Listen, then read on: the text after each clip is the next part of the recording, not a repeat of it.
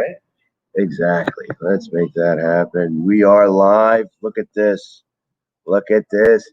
We are in week 8 of the Birds breakdown. Yes, And Dallas week is up and Part over. one. That's right. Part 1. Dallas week is up and we are still in first place. Yes, sir. Still in first place. That's what it don't matter how ugly it is. Yeah. It does not matter how ugly Yeah. it is.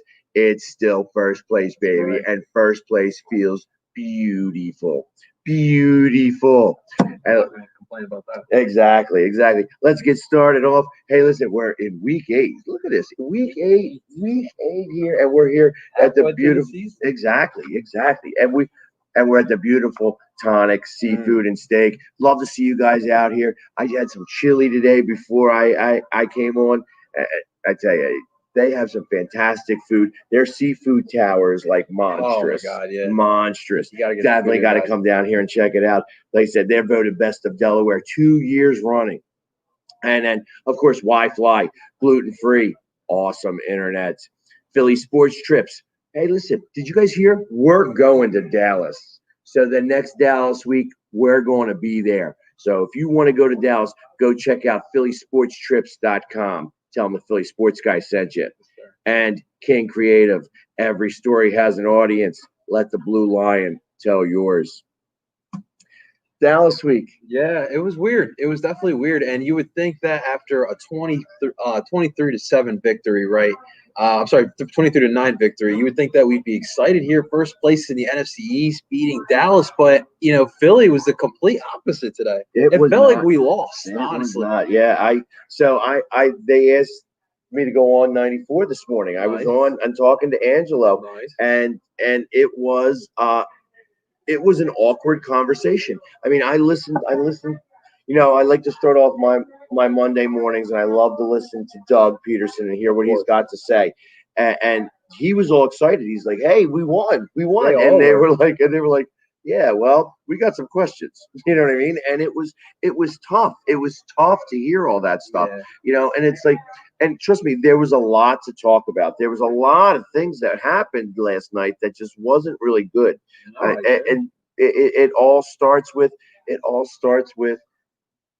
Carson Wentz. Yeah, well, it's just the same stuff we've seen over the last couple of weeks. Now, obviously, we're now at 3-4-1. We're getting, back to close to 500. It's gonna be weird with that tie, but it's been the same issues, and I think that's why everyone's kind of frustrated because, like, we know that the tough stretch is not. It's not even here yet. Like, the tough stretch is going to come up when we have to face 5 potential playoff teams going forward. But you just don't want to continue seeing the same mistakes after 8 weeks. The bye week, Philly Sports Guy came at the right time. I mean, but we got to talk about this game here. Right, absolutely. And I tell you, I could use the bye just as much as everybody else. It's been a lot of work getting up to this point. You know what I mean? And it's like with as funny a year as this has been, where there has been no preseason, and we've all been. Hey, listen, it's when there's not as many people in the stands, I feel like I have to yell louder. It's like so, and I do whatever I can. Like I'm you know me, I'm not a quiet guy. You know what I mean? So I'm always doing whatever I can to make sure that somebody's hearing me out there. And I felt like they did hear me a little bit. It's like the players honestly do feed off the energy of the fans. They really do. Believe it or not, even the boos. You've heard Eagles players over the past couple years even talk about the boos and the psychological things that it does to them. So either way, the energy from the fans always is a boost for the players. Always. Right, absolutely. And I tell you, that was probably one of the loudest cheers all day long was at halftime, the amount of boos that happened. I'm not a boo guy. I don't boo my team ever. I just don't ever boo. I boo the other team. That's all. Exactly. But it was probably the loud. What you heard the loudest was down right at halftime, and it was interesting. It was just interesting that was the loudest noise that they had. And it was. It was a little bit different of a Dallas week. It's just all week was that. It's funny when you have not only a year like this, but a season like this where, and listen, every division has had this time where So like everybody in the division stinks. You know what I mean? The NFC West was terrible. And look at them now. Yeah, right, exactly. And same thing with the NFC South. Same thing with the NFC North.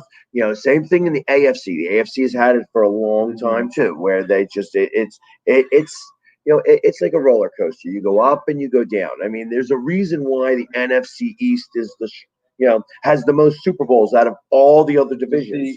Because just to get on that topic a little bit, because it's interesting. I'm glad that you brought that up. But the problem with the NFC East is that we do have two ownership groups that are very incomparable, and we know who they are. Obviously, Dallas has been a mess since the 2000s, right? Since the dawn of the Troy Aikman, the Emmitt Smith era. Ever since then, like they've kind of been a mess. And Washington, we already know the mess that franchise has been completely, from even the name to just the roster in general to the bad signings. So that kind of hurts the way the structure of the NFC East. But no, I agree with you. I think that right now, I think the Giants are going through a turnover, right? They're just gone away from that Eli Manning era, right? The Dallas Cowboys are just going through a bad year right now. And the Washington, I don't know with Snyder. With Snyder, I don't never know. But with the Eagles, you have to, like, this has been the consistent, gold standard of the NFC East since 2000. So they have to be able to win this. And not only that, like, there's three rookie coaches. This is true. Three rookie coaches in the NFC East. So of course there's going to be this type of turnover.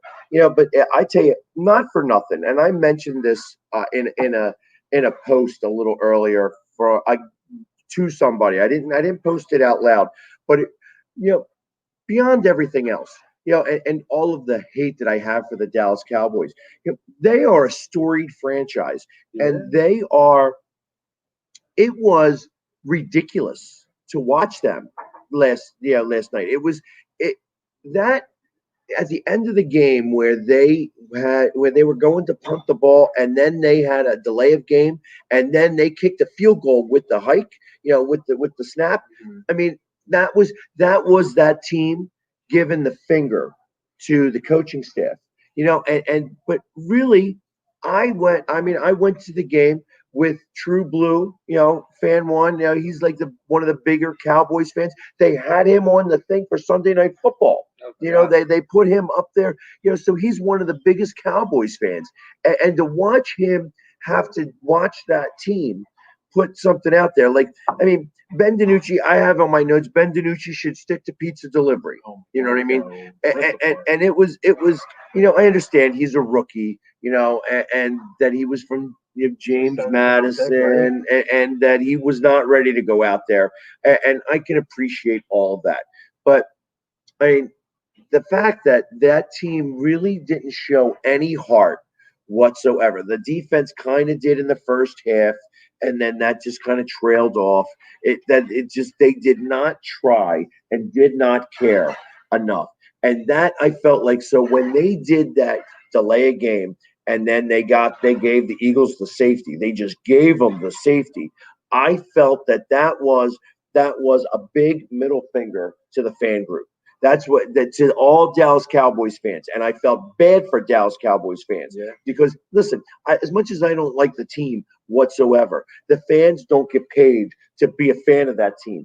And not only that, hey, you'll never hear me say that of what team that they think they are, but there's a lot of fans all over the place, and that was a big just F you to the fans. And I didn't find that one little bit. We had a little lighting thing here going on here. I'll have to switch some battery here in just a second. But no, I will say that, like, I get it. Like, I do feel bad for the Dallas fans that actually reside in Dallas, Texas, or even the Dallas area, but not the ones that are living in our own backyard. And that's a lot of fans that are living in our own backyard that are so-called Cowboys fans. Yeah, I feel like that they're all front runners. So, and front runners don't faze me even a little bit. So I'm not concerned about them even the smallest bit. But like I said, I felt bad for True Blue. You know what I mean? He spent a lot of money to come up here. You know what I mean? He gets razzing from everybody because I get to hear it. I'm standing right next to him. You know what I mean? And then to have that type of performance, and then to be able to just be like, you know what? We don't care at all. Because I tell you what, if the Eagles did that If the Eagles did anything like that, that would not be acceptable at all to me whatsoever. Not one little bit. And beyond everything else, I'm going to let you start to talk about this for a second. Yeah, the Eagles defense saves the day. I'm going to let you mention this light, fix the light here. Absolutely, go right ahead and fix that light there. No, the defense on Sunday, they did their thing, right? And you absolutely had to take advantage of a Dallas offense that was hurting. They were missing so many starters, especially on that offensive line. You got a rookie quarterback with Ben DiNucci. And we Philly Sports Guy and I were talking about Zeke as well. Where has Zeke been? The mentality of Zeke. And we got the light back. Oh, we're even brighter now. Look at that. Look at that. Now we're cooking with gas. Yes, sir.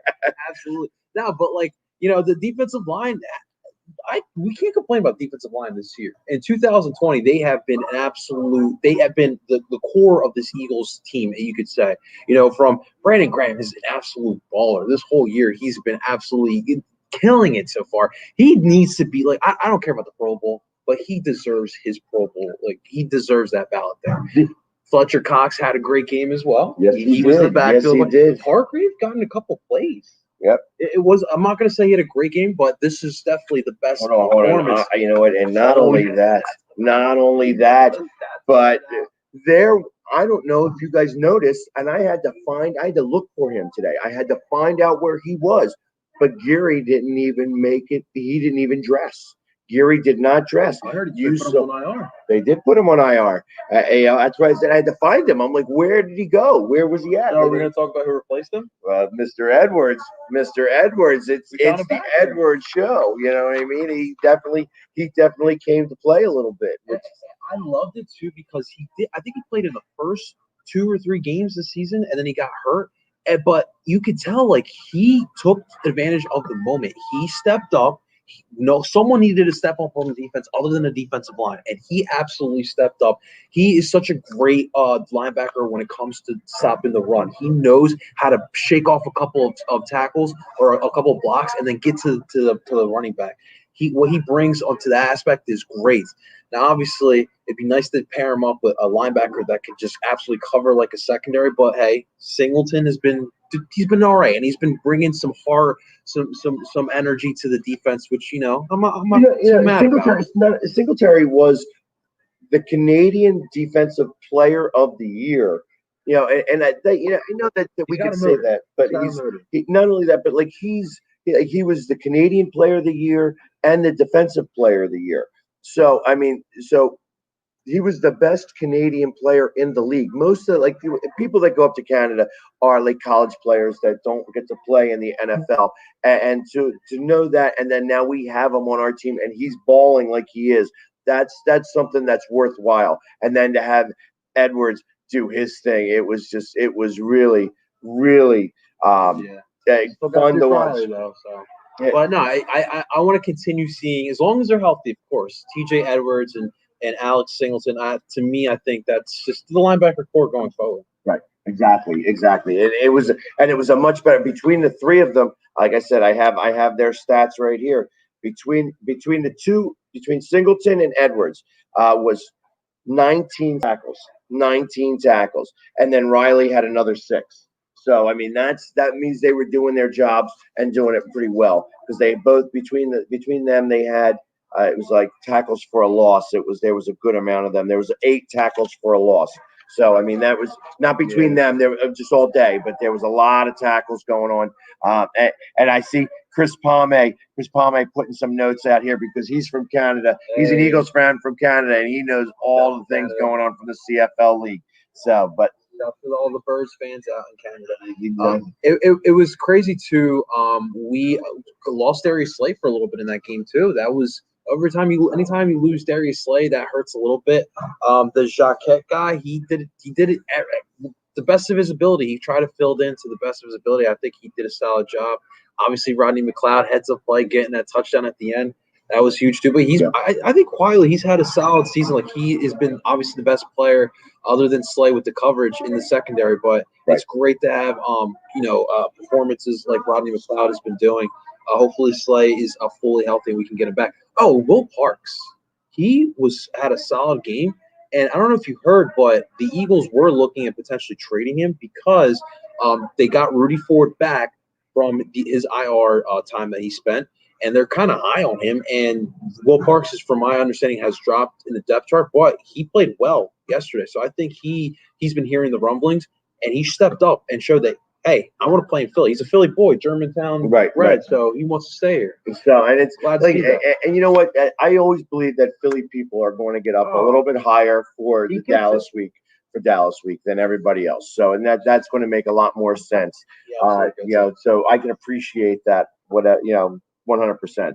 But we're going to go into the inside the numbers, and obviously, as you see, we have brought to us by Wi-Fi serving Wilmington. That only $55 a month for internet service, Wi-Fi, gluten-free, awesome internet, and so we have to go. I have to go back to Carson Wentz's stats. And we're going to talk about it for a minute here, guys. And you have to, because 15 for 27, 123 yards. He threw 2 touchdowns. He threw 2 interceptions. He also had 2 fumbles lost.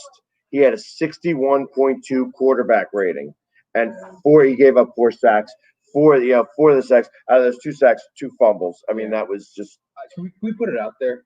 He did not play good. No, he did not play good. He did not. But what we're not going to take, Philly Sports Guy, is the benching of, let's bench Carson Wentz, put in Jalen Hurts. Carson Wentz sucks. Like, did we forget what he was doing the past month? Right? Like, he has a thing that starting quarterbacks have. Like, he wants to win, and he has that gene.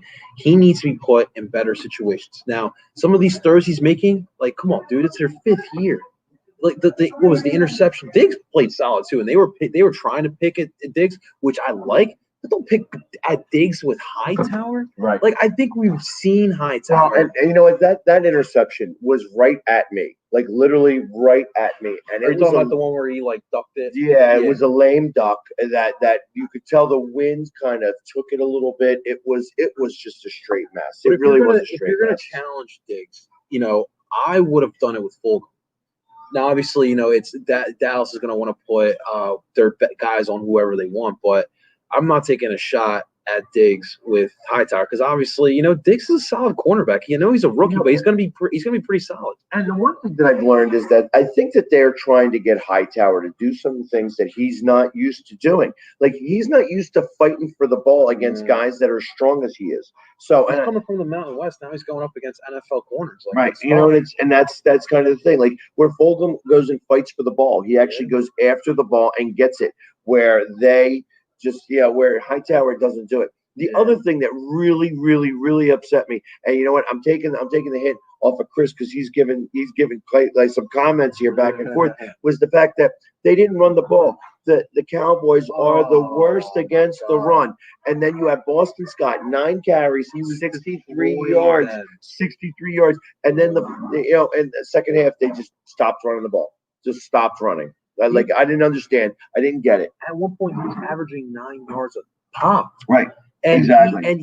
He should have ran for 120 yards. The way he was playing, the amount of yards he was getting per carry, it was ridiculous. And Boston Scott is not the type to kill you on the ground. We've seen him this year. Like, he hasn't been able to do it, but he was finding the holes. Now, credit, he was getting really shifty. And when you're 5'6" and you got the speed he does and the lower center of gravity that he does, he can find those holes, and he was playing really well.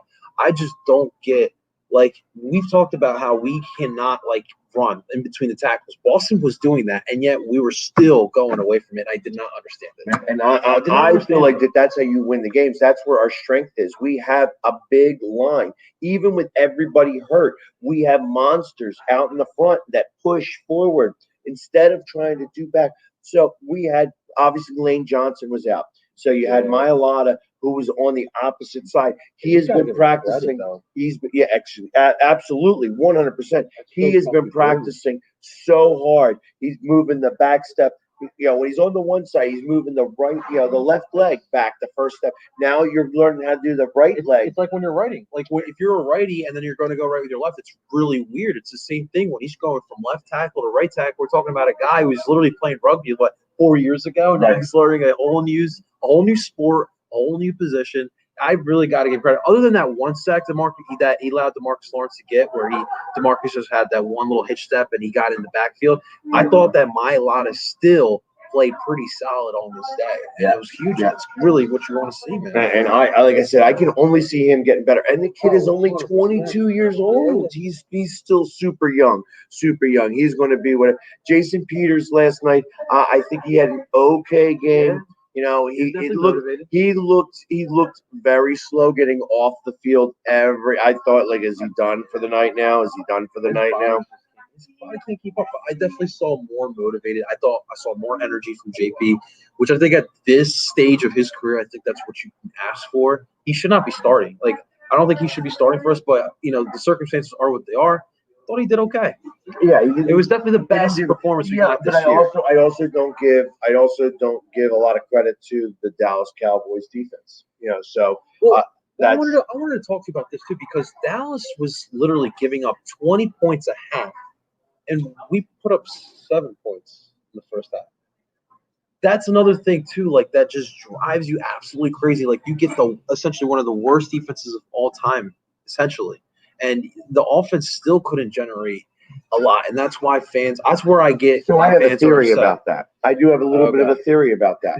So we got all of these people back for this game, and we had a team that was starting to get, cohesive over the last 3 weeks, and now we're going to throw all these new parts back in again, right before the bye week. We could have waited till after the bye week. We could have gone in with this team this ragtag team that we did, but no, they decided to throw everybody back in right now. Dallas Goedert, I get. Rodgers was doing great, you know what I mean? But now Dallas Goedert is back in there, and he's rusty. You know what I mean? Yeah. And he looked a little rusty. You know what I mean? And so it was like all of those things. They didn't play with the team that they had gotten there with up to this point, and everybody was rusty. And that's why I believe that they didn't score a lot of points. It was a tough game to watch all the way around, And it's a shame because I spent a lot of money to go there. People spent, I sold the other tickets that I had. I had 4 tickets. I had a guy come from Dallas, obviously, to come, and the other guys to go with me. It's a lot of money to go to these games, and to not have that type of, outing. Like I was expecting, I wanted them to shut it out, and of course that stopped in the first drive. You know what I mean? That they went right down the field and kicked a field goal. And then I was like, okay, well, all right, they got 3 points. We're okay with that. And then, first off, it got so windy. The fact that he kicked that last field goal. Last field goal, a 60-yard field goal that looked like it was like a flying saucer to get there. It was amazing how that one went through. And it was just those types of things. And I thought once he made that, I'm like, that's going to come back to haunt us. Yeah. And thankfully it didn't. They couldn't score another point in the second half. So I give a little bit of credit to some of the adjustments that the defense have made to be able to do that. But I also give a little bit of credit to the fact that their coaching staff did not do a really good job. Dallas's coaching staff did not do a good job, with adjustments. I feel like this just likes to complicate things. Just simplify it. It really, and I get, you guys, Doug and Carson both, they like the gamble. Doug likes to go for the 2 points. Doug likes to go for it on 4th. Carson likes to force it down the field. But sometimes just doing the easy route works. Maybe just think it off to the running back. Think it off to the Boston Scott. Or go find a tight end in the flats. But you're getting me. This is the play that the Eagles seem to get beat on 3rd and 3s and 4th and 3s all the time. The in slant going in, just cutting in, where they actually have almost like a half pick play, and it's a cut in. Why is it that we can't do that play? Why is it that we got to do slant outs and he's got to throw it to the back corner? And that 4th and 3 play was. Shouts to Twitter, because there was a good picture I found this morning. There was an actual play. I believe Greg Ward and Jalen Reagor did do a pick in the middle of the field. Both guys were wide open. You never see a pick play where both guys are wide open across the field. They were both open, and Carson did not see it. But that's what I'm saying. Like, and I'm referring to the Jalen Rager intercept where Diggs intercepted in the corner of the end zone. Like those are the type of plays I mean, like forcing it down the field. Like he had open field. Like he could have even ran for 4 yards and it was still been third down. We would have been fine. But he wanted to get that touchdown. And that's what I mean. Just sometimes you don't need to complicate things. Doug Peterson, why are you going for it on 2 when you're up 21-9 too? It's like little things like that. Just go for the field goal, go for the check down, and we live to fight another freaking down, man. It's just those little things those are the little things that drive me crazy. And I agree. I felt like that there was a couple of play calling that was just really sketch in general. Like sometimes I just don't understand what's going through Doug's mind and like what he's thinking. And it makes me think that that's Marty Morningweg in his ear, and that kind of bothers me because when I think of Marty Morningweg, I think of wasn't he like the coach of Detroit? He was, and then he came here. Right. And he became part of our you know what I mean? And I don't remember Detroit being so great of an offense. You know what I mean? That they got rid of him pretty quickly because even though they had a halfway decent team, they didn't want to even play for him anymore. So, and I'm beginning to think that's maybe the wrong guy to have in his ear, and we need a better quarterbacks coach. We need better this or that or whatever. Truth of the matter is that they are the coaching staff as a whole has to really start to figure out what it is that they want to do moving forward here. We have a whole second half of the season. We are in first place in the NFC East. Even though we don't play next week, there's no way we can lose first place. So that there's something to be said for that. And moving forward, the coaching staff has to get a lot better. A lot better. They have to start doing things a lot differently, especially since this year isn't going to change much. We're not going to have fans in the stands. We're not going to. In fact, things may even get worse, and we may get to no fans. It's like with COVID going up higher and higher. It looks like it could be worse. That rather than better.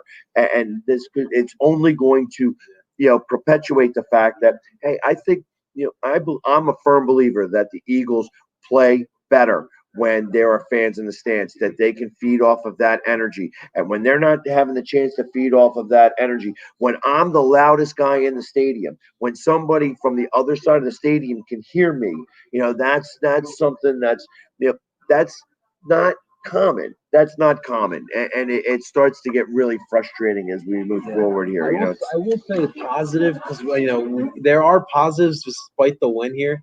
I think Philly Sports Guy, we found a receiving core, and it's crazy to think that after the year we had last season, I think we have a receiving core that we can go forward with in the future. Like I think that Fulgham and Rager on the outside with Greg Ward in your slot, I'm fine with that. Like going into next year and the year after, I like that, and I think that is a positive there.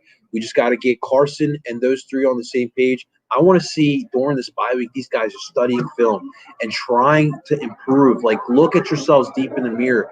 Like, the way you played in these first 8 games, that you can't do going forward in the second half of the season. Right. So I need these guys to study the film, find ways that you can generate offense. These guys need to be together at all times. I know, from my understanding, that tomorrow's going to be a day off for obviously voting. Wednesday, they're going to get back to it. Then they're going to get a little break at the end. They're going to get a little mini vacay at the end of the week. And then next week, it's just back to the grind. It's back to the Giants again. You know what I mean? We have to, and I hope that they start where is Quez Watkins? Where is Quez Watkins? They drafted him, and I understand that he was a later round draft pick, but they were really high on him, and I don't understand why they don't continue to use him. And I see here, Chris. He's asking. Chris is asking, what about the NFL trade deadline on Tuesday? I haven't your opinion on that actually. To be honest, I'm not a big fan of trades. I don't think that there's anybody that they're going to be able to bring in that's going to be able to make a difference and an impact like that. Because ultimately, when I think of the Jay Ajayi trade, and that's like because you don't really hear many trades happen in the NFL. They happen more frequently now, and that's because of Howie Roseman. Trades never happened in the NFL. There was never such a thing as a trade deadline because nobody cared to trade anybody. This isn't like the NBA. This isn't like MLB where teams are going wild at trade deadline. Like the NFL has never been like that. But Howie, since that Super Bowl year, you said it, Jay definitely helped us win a Super Bowl. The year after, Golden Tate helped us beat the Bears. And then Jannard Avery, he's helping us a little bit this year, but obviously hasn't had the impact that Tate or Ajayi's had. But for me personally, don't really like doing trade at the trade deadline, especially a year like this. Right. I am a big proponent of building your team through your draft. And I see all throughout the NFL teams finding diamonds in the rough, later rounds, all throughout the rounds, even undrafted. And these are players they plug in from day one and they help them. So I know that Howie hasn't been able to find a lot of talent through drafts, but I still think you need to collect as many assets as possible, and trading away players trading for players means you got to give away those draft assets, and I'm not a really big fan of it. But if Howie can find himself a nice deal, maybe get himself a power back that can help here, and you don't have to give up. If you give up a seventh conditional pick, then I'll go for it. But other than that, this team has too many needs. You need these picks. Right. Well, and I can agree with that, but I also think about so who would be somebody worthwhile of even accept like giving up a third round pick, like so. I mean, I heard Atlanta might be on the, and most of their team could be on the block. Would you trade for Julio Jones or Ridley? And Houston is the one everyone's looking at right now because they just got rid of Bill O'Brien. I think they're going to go through a whole front office change. Problem is, you still got a franchise QB down there, which is the crazy part. And you're about to rebuild. Well, and not only that, so who would be worthwhile trying to get? TJ Watt? Try to get one. They were thinking more. Well, obviously we don't need it, but people were looking more. Would they get rid of Will Fuller? They also have Brandon Cooks. Remember when Malcolm killed him in the Super Bowl? Right. They have a linebacker actually, something Cunningham, I believe, but he's someone that I believe the Texans would be looking to part ways. Obviously, we could use a linebacker, so it's maybe something to look into. But like you said, is it worth? Those are the type of players that you're gonna have to give at least a fifth rounder. We're talking like third to fifth round pick. That's a spot where you can find a starter in the NFL draft. And Chris is asking, he's like, would we trade Alshon? I would trade Alshon for a bag of donuts. We'll drive them. We'll drive them to whatever team. I don't think Alshon's ever going to play in an Eagles uniform again. I just don't see it happening. I don't think it ever will. And I think that this is all hearsay about this injury. I think that he's fine. And I think that he's just never going to play in the Eagles uniform again. So I fully expect that. So yes, I would absolutely trade him if I could. Anytime that the moment that somebody says, "Hey, we'll give you a 9th round draft pick." Well, we only go 7 rounds. I don't care. 9th round is perfect. Because that's really what he's worth to me. Give us somebody off of your practice squad, like your practice squad kicker, because our kicker's a little sketch right now. So, yeah, no, not at all. So, here we're going to go with Around the Horn. And of course, that's brought to us by Philly Sports Trips, and they have partnered with me, the Philly Sports Guy. We are going to Dallas. So who wants to go to Dallas? I mean, I know it's around Christmas time. Money is tight. The election's tomorrow, and everybody's been holding on to their money and stuff like that. But I tell you, we're going down because we're going to be celebrating. That's how we're going to win the NFC East. And I'm going down there, and I'm partnered up with Philly Sports Trips. So if you want to go down there with me, as I said, trips are starting off at just over $1,000, and that's air, place to stay. We're going to have a party down there and ticket and everything. And they're letting like 25, 30,000 fans down there. So we could take over that stadium hardcore as we should. Like I said, and plus Dallas, amongst anything else, Jerry World is actually a really nice place to go see and go visit. So definitely would come out to phillysportstrips.com. Tell them the Philly Sports Guy sent you. And of course, I'm going with just the most important games, and I have to start off with the Minnesota Vikings. I watched that game at 1:00. It was like the only game I got to really see beyond the Eagles game last night. And to watch the Vikings, that first half happened in like an hour's time. It was so fast to happen that first half where both teams only had 2 drives each. all 4 went for touchdowns. It was just like, it was amazing how happened. And then the Vikes pulled out in Green Bay, 28-22. And then, I got to watch a little bit of it while I was sitting there at Xfinity Live, getting ready to go over into the stadium. The Saints come back against Nick Foles and the Bears, 26-23. Again, they were down 10 points going into the fourth quarter and came back to tie and then to win in overtime. Congrats to Drew Brees as well, passing Tom Brady. Yeah, about touchdown passes. Well, they're going to be going back and forth, I think, for a little while. They're going to play. They're going to figure out who's going to retire last in between the two of them. That is still pretty impressive because you think so. Tom came on the scene in 01. Drew came in 03, right? And then for Brees to catch up to Tom is crazy. Right, and Brees was hurt. Yeah, that was the reason why he didn't stay in San Diego. So, and then he came out to New Orleans and then kind of just took over for there. So they've been playing forever, it seems. And it doesn't look like either one of them is going to stop anytime real soon. And then Seattle taking care of the 49ers, 37-27. I heard they benched Jimmy G. No, he ain't benched. He's out. Another 6 weeks. He got hurt again. Oh, geez. He's just a hurt factory. If you got something to hurt on him, he's going to hurt it. So 37-27. I think the 49ers stick a fork in them. They're done. The Broncos over the Chargers. I would normally not care about either one of these teams, but Broncos came back 20 points, and it may have been in the fourth quarter that they came back. I'm not sure. I know that I'm like, wow, they're trying to make a run. They're trying to make a run. Next thing you know, I'm like, I looked up at the scoreboard during the Eagles game. I'm like, the Broncos won that game? Yeah, the 31. The Chargers obviously have a new quarterback, but they are having a problem of finishing games. Like they keep blowing these leads, and they should not. They should not only. That's not a quarterback problem. That's a defense problem. Well, yeah, but they keep blowing these leads, and it's just like, at what point? Like, how are you blowing all these leads? So that's definitely they should not be a one-win team, but they are a one-win team. Right. And I put this one out here for all of my haters on the other side of the state of Pennsylvania. Oh, man, they actually had a really good game yesterday. Came out at 10 points down in the fourth quarter and came back to win that game 28-24. I tell you, that they actually played a really good game, the Steelers over the Ravens. And I'm going to give them a little bit of props. They're 7-0 for the second time ever in their franchise history. But like I said earlier, it's not how you start the game. It's how you finish the race.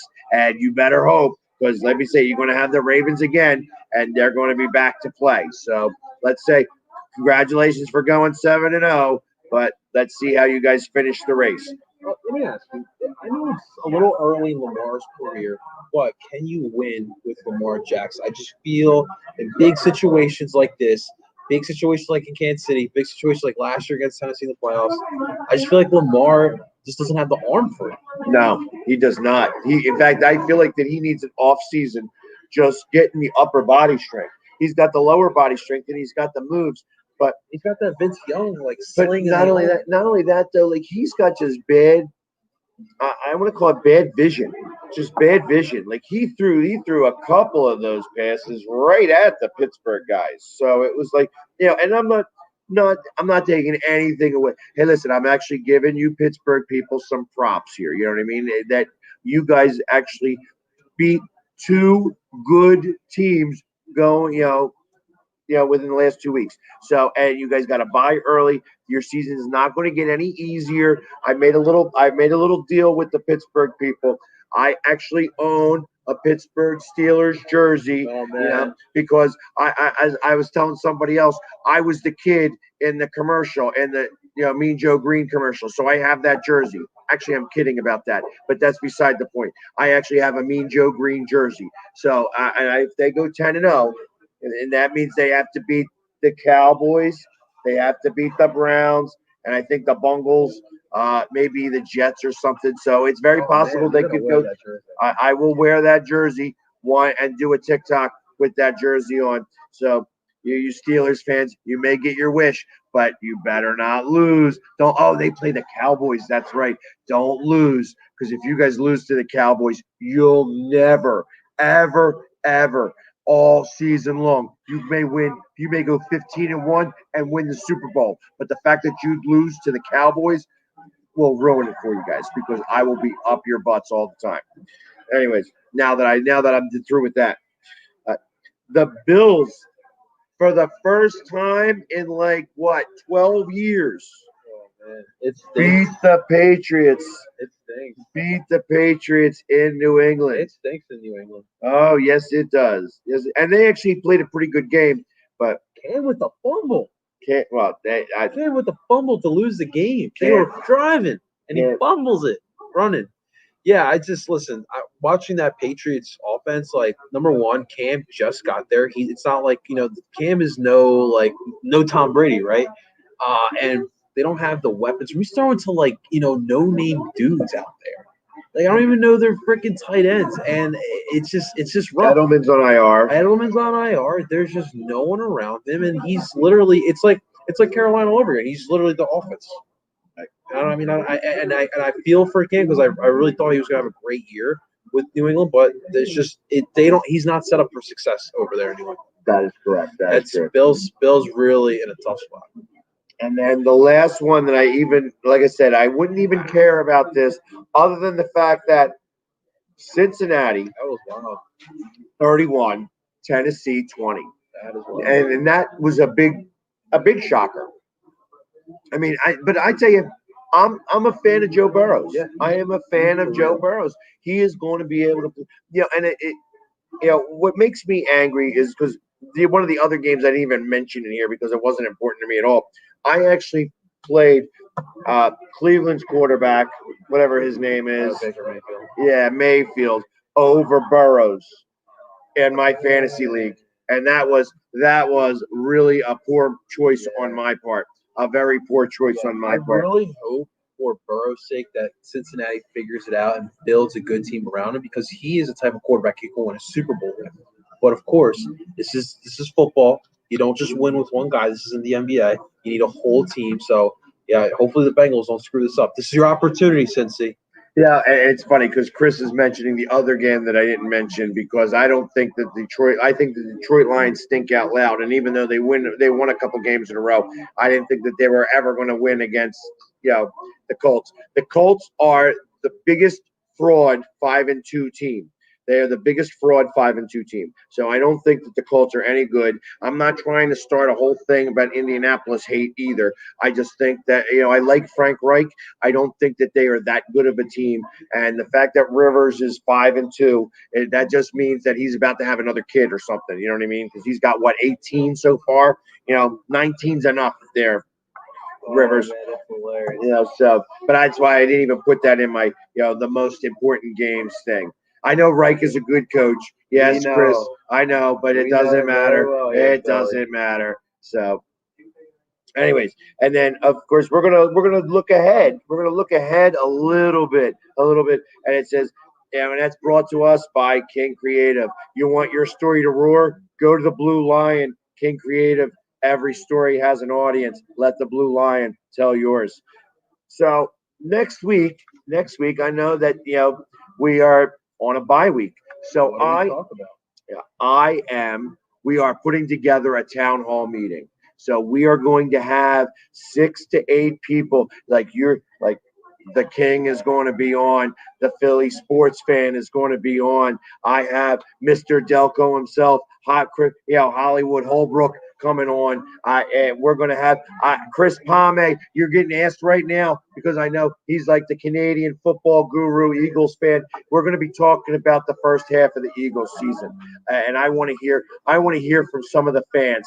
I want to hear if you guys have some questions that you want to have answered, and you want to hear the fan group. I'm working really, really hard. I may even be able to get an ex-football player to come on and join us. I'm trying very hard. It's not the easiest thing in the world to get these football players to come on and talk to us about this, but this is an ex-Eagle who I happen to be friends with a little bit, and I'm going to try to get him on the show as well. We're going to have a town hall meeting about the Eagle season so far because we are in first place. We are a half a game out of 500. Which sounds so ridiculous to say out loud, but we are not so far away from being able to really start to compete. And I heard Brian Westbrook say this week that he still believes that the Eagles could go 9-6-1.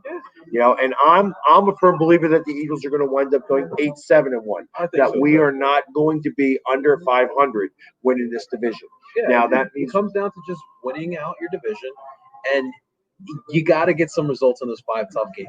I think that they could beat I think they could definitely beat in Cleveland. I think they could definitely beat in Arizona. To me, it's whether they could beat New Orleans or Seattle. That's the other. So I'm going to be at the Seattle game. I'm going to definitely be at the Seattle game. But I like the fact. So New Orleans played their first outdoor game this week. It is week 8, and they played their first outdoor game this week in Chicago, and it was fairly mild. It was mild in Chicago. It's December when they show up here. You felt the wind last night, right? I was there. I felt the wind. I still got wind burn on my face. You know what I mean? From the wind last night. They're not going to be ready for that. And I tell you, that's a very, very winnable game. You know what else I noticed about the Saints? Not to try to talk out loud, but Jenkins. Why would you bring that up? PU. He is getting beat. He is getting beat all the time. All the time. He may come to play that game, but he might be the only one that comes to play. Howie pretty much said, you're too old. We don't want to pay you. You can leave. He's going to come in here definitely motivated to play. But, Doug Peterson, when it gets cold and around the country, he starts turning into Don Shula. He starts becoming into this Hall of Fame coach that we all know he is. So things will be all right by then. We'll see. I agree. I think that is a matter of playing to the elements. You know what I mean? Where it's a lot more pound. It's like the cold just makes his brain work faster. You know what? He's from Washington, so that's what it is. And I tell you, Doug Peterson still has the biggest head in the NFL. And you know what comes with the biggest head? A lot of brains. That's what happens. I mean, because like I said, right now I got the biggest mouth, and you hear me more than anything else. So I know that that's how that works. So when you have something really big, you usually get to use it and stuff like that. So I'm actually very excited for next week to have everybody come on the show and get to talk to us, and let's talk about how this Eagles season is going to work. So and that's what's going to happen next week. Like I said, the town hall meeting. It's going to be a lot of fun. We're going to have an earlier start next week. It's going to be 7:00 start time. We're going to go for 90 minutes, 90-minute town hall meeting on the Philadelphia Eagles halfway through the season. We're going to grade every part of the Eagles, and we're going to hear what everybody's got to say about it. So it's something you definitely want to tune into next week. Oh, 100%. So 100%. Now, of course, now we got. Let me get that out of here. Perfect. Anyways, so what happened this week with the MLS? It sounds like there's been a lot of play with the MLS and El Parcero Philly. He gets MLS hate like I get Pittsburgh hate. I tell you, and it's kind of funny. It's kind of funny how that all works. But last I heard, the Union was still in first place, right? Yes, sir. So unfortunately, before the Eagles game, the appetizer before Dallas and Philly, we did lose to Columbus. Now, typically, the Union do not play well in Columbus. It's a very tough stadium to play in. They had 15% capacity as well, but just for whatever reason, it's just like the nostalgia there. There's a lot of nostalgia to that stadium. That stadium is very well known. The U.S. men's national team always plays very well there. Mexico can never beat the United States there. So there's kind of like this nostalgia there, and the Union just can't win there. So the Union lost 2-1. It was a hard-fought game. They looked like the better team at times, but they just could not get it done. But still, however, this upcoming Sunday, I will be actually at the stadium. We are going to be playing against Robert Kraft FC. Yes, Robert Kraft soccer team, the New England Revolution, are coming into town. There's been some bad blood between both the New England and the Philly side, between the teams and the fans. Yes, indeed. And I see New England fans giving me crap too there as well. So if we win, we just need a win or draw, and we have an actual trophy. We win a trophy. The Union win an actual trophy the first time in franchise history. It's not the trophy we want, but the MLS does give a trophy to the team that. So pretty much, let's say like this year, if the Steelers do finished in first place overall in the NFL, then like they would get a trophy. That's what the MLS does to the first place team in the regular season. So if the Union win or draw, they will get the trophy as the best team in the regular season. But not the MLS No, Cup. we want the MLS Cup. But it's motivating to get a trophy. Absolutely. It's definitely motivating to get a trophy. And against New England. Especially against Robert Kraft. 41-33. Right.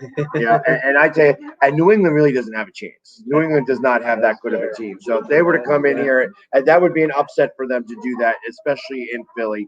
And I tell you, they ain't doing that. They're not doing that here. Speaking of Philly sports, Daryl Morey introduced today by the Sixers. Yep. It was very telling. Now, I don't know how Sixers fans are going to take it. From my understanding, hearing from him, I don't think we're going to see a mega deal happening anytime soon. I don't think we'll see a Chris Paul or Buddy Hield coming to Philly. And from what it seems like, they're just going to see what this team is going to look like. They're obviously going to add some pieces through free agency and draft. But, yeah, I mean, I like that you got good leaders. You got Daryl Morey now, Doc Rivers as a coach.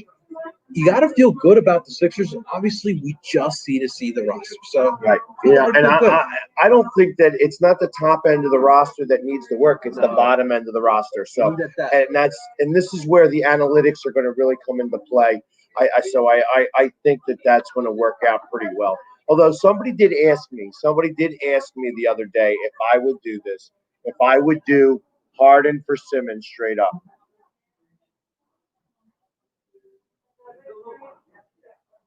That was definitely a pregnant pause for a reason. Because that is something I definitely would have to seriously consider. It's tough. It's definitely tough because of money and whatnot. But I mean, like, I just want to believe that Ben and Joel can play together. And it's been proven. Like, if you remember the 2017 year, those two played very well together because you had shooters around them, and those guys could flourish under that. Right. So I definitely believe that. Depressing times with the Phillies. It's the purge. The purge is actually happening at Citizens Bank Park. They got rid of almost the whole entire bullpen. Phil Gosselin's gone. I tried to go this whole time without getting upset. You had to bring up the Phillies, right? You had to bring up the Phillies. So we got to talk about something. I'm in a group with John Middleton.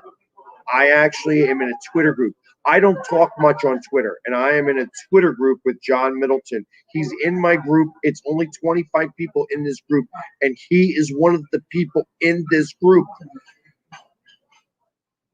I keep my mouth shut. They're the most depressing team in Philadelphia. I keep my mouth shut. I am very unhappy. I am very unhappy with the way that they are doing things right now. I was excited. I used to love baseball. I have as many baseball stories as I do football stories, as I do hockey stories. You know, it's like, and baseball has always been like, I mean, it's always been Eagles Flyers right up here because that's how I've lived my life. But the Phillies were always just like one rung below. And then it was like the Sixers that would be like one or two rungs below, just because I don't know enough about basketball. I'm a white man can't jump guy. You know what I mean? I can't make a layup to save my life. I can throw a bounce pass like nobody's business, but I can't make a layup to save my life. You know, and to have this happen to the Phillies right now, and to act like that they are Milwaukee or the Twins or like Oakland and stuff like that, you know. It angers me. It angers me. Yeah, I mean, we could do a whole like episode on like the situation with the Phillies. But the fact of the matter is, this year was like kind of like a dark black eye for baseball, major league baseball, I will say. Right. I mean, the World Series did not make the sport look any better. And then you look here at this market alone. This is a market that does like baseball, and it's been proven plenty of times. When the Phillies are winning, people come out and people are watching all 162 games. So it's just so unfortunate. I just, you know what, too, like, I feel like finally, since like the whole like championship teams, like the 08 teams, like there was a core that I actually fell in love with, like Bryce, JT, Nola. I love those guys, but it's just not a complete team. The 08 team, you can say you love every one of those players. But I can't say the same about this team here, and that's one of the issues, one of the many issues with the Phillies right now. But it's definitely depressing times with the Phillies.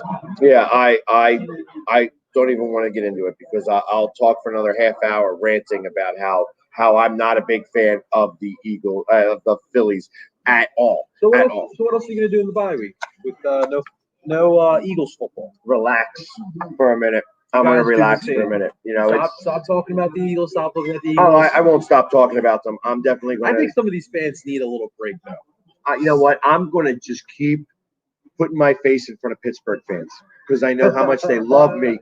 They love me. Don't you guys from Pittsburgh? You Pittsburgh lovers. You guys all just love the Philly sports guy. Can't wait for hockey season, right? Yeah, Crosby sucks. In unison. There you go. There you go. So actually, we do have a game tonight. We're not watching it yet because actually the bar got a little bit busy. We got some people in here watching the show tonight, which is fun to watch. So, but you got Tampa Bay giving 12.5 points to the Giants. I can imagine that they might be started already, but I don't see it yet on my screen. So, but 12.5 and the over under at 46. I have. There's no way. There's no way. I'm smelling it. I'm smelling it. There's no way. Yeah, I tell you, I would not be 100%. First off, I think the Giants cover. I absolutely think the Giants cover. And it is in Jersey. And I smell it. I smell it. I smell it. And upset. I smell the upset coming. I smell it coming. I think that Brady's smelling himself a little too much, and like they may come back to win this in the very end of the game. Like the Giants will figure out a way to lose it, but I smell it a little upset. Can AB play this game? Huh? Can AB play in this game? You cannot. And then and they have some hurt receivers and stuff like that. So I kind of believe that it's possible. That's not saying it's likely because the Giants know how to lose games really well, but I think that there's a chance. There's a chance that the Giants could I think win that this in game. the fourth quarter, the Giants will have the lead, and then Daniel Jones is going to run. He's going to have nothing but green grass in front of him. He's going to go right for the touchdown, but then he's going to trip and fumble the ball. Tampa Bay's going to recover. They're going to go back the other way and score a touchdown, and Tampa Bay wins the game. Tampa Bay's already up 3-0. So just because I knew I had to check, I was like, let me make sure so it's not like 21-0 already. But no, it's only 3-0, which makes me think. And the Giants have the ball, so we're doing okay so far. I'm not worried about the Giants, anyways. But hey, guys, again, this is week 8 of the Birds Breakdown. And again, I want to give a big shout out to Tonic Seafood and Steak for having us here and all our other sponsors, Y-Fly, Philly Sports Trip, and King Creative.